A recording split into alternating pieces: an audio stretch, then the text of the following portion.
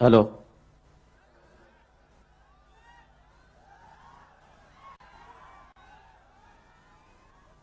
પાડી લ્યો બહુ ઠંડી ઉડે.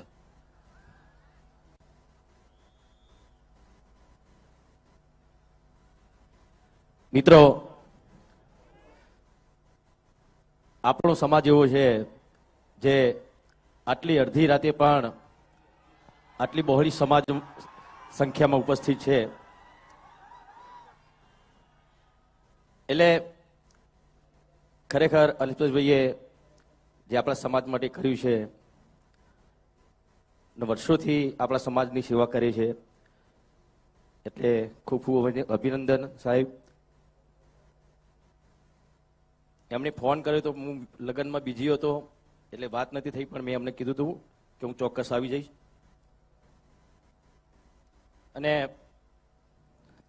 આજે લગ્નનો પ્રોગ્રામ હતો મારો અહીંયા સાણંદ જોડે, પણ એ લોકોને મેં રિક્વેસ્ટ કરી કે ભાઈ અમારા સમાજનું આવડું મોટું સંમેલન છે એટલે તમારે મને વહેલો ફ્રી કરવો પડશે. ને એમણે માની પણ લીધું અને મેં 3 વાગ્યાનો ટાઈમ આપ્યો હતો અને 3 વાગે આવી પણ ગયો. ભાઈને બે જોડે જ આવ્યા મેં તો. એટલે હંમેશા બસ આપણો સમાજ આવી રીતે એક રહે, એ જ મારા સમાજને પ્રાર્થના કરું છું. ને જ્યારે પણ સમાજનું કોઈ પણ કાર્ય હોય છે, આવા સંમેલન હોય છે, તો હું ચોક્કસપણે જઉં છું. હા, પણ જ્ઞાનીબેની પણ મને બોલાવ્યો હતો, પણ એ વખતે અમુક સંજોગોના કારણે હું નહોતો પહોંચી શક્યો. એ બદલ જ્ઞાનીબેન આપની માફી માંગુ છું. અહીંયા ઉપસ્થિત દરેક આગેવાનો એમને વંદન કરું છું.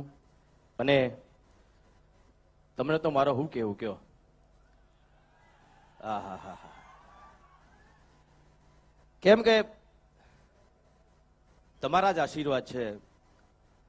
અત્યારે એક નાના ઘરમાંથી એક ઠાકોરનો દીકરો, અત્યારે તમે એનો સુપરસ્ટાર કહો છો, તો આ બધો તમારો આશીર્વાદ છે.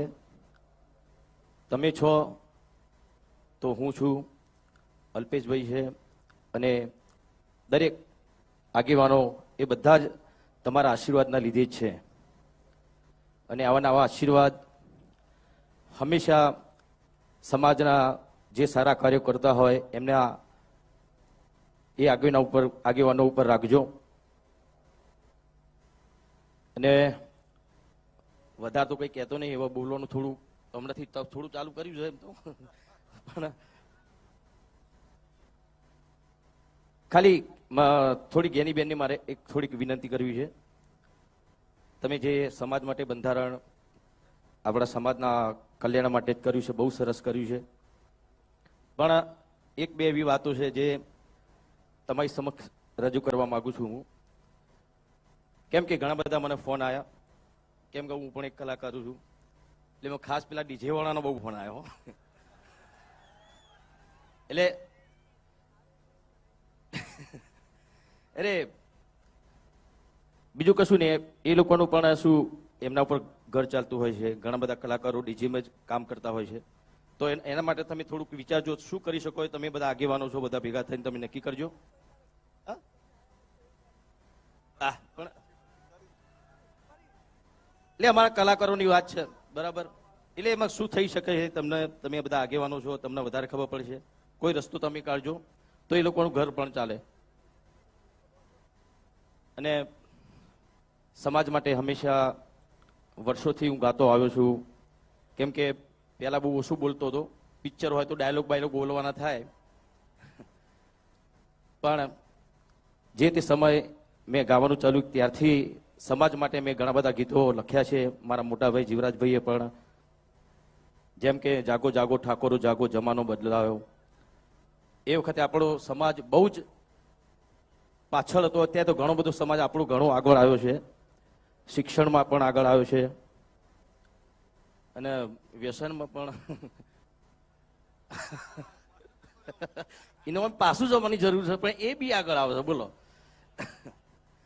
એટલે એમાં પણ પાછળ જવાનું, બધામાં આગળ નહીં આવવાનું. જો આગળ આવવાનું છે તો આવવાનું છે. હા, શિક્ષણમાં આગળ આવો, આવા સમૂહ લગ્નો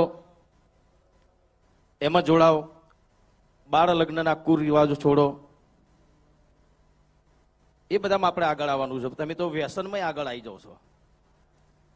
એટલે એવું નહીં, બીજા સમાજના બી વ્યસન કરતા જ હોય છે, પણ આપણો સમાજ સૌથી વધારે પાછળ રહ્યો હોય તો એનું કારણ વ્યસન જ છે.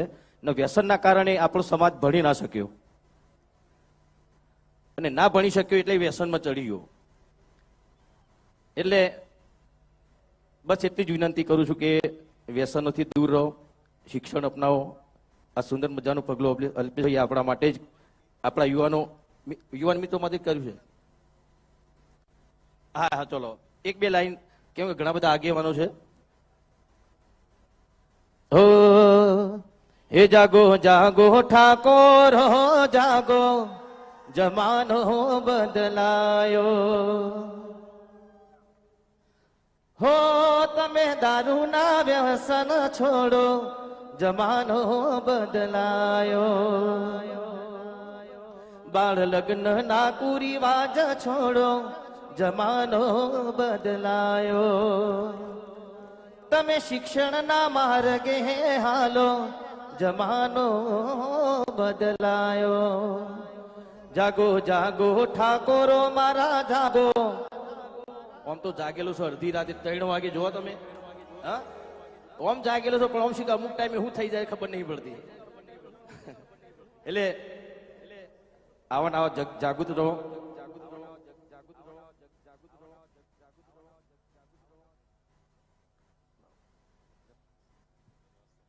બસ આપણા સમાજ માટે અલ્પેશભાઈએ સરસ્વતી ધામ વર્ષોથી ઘણા બધા સંમેલનોમાં કહેતા હતા, અને આજે એ સપનું પૂરું થઈ રહ્યું છે. પણ પછી આપણું સંકુલ બને એટલે જજો પાછા, ને કે પછી ભાડાને આપી દેવાનું થાય. ઓ હા, એટલે એ બધી પછી જવાબદારી તમારી યુવા મિત્રોની છે.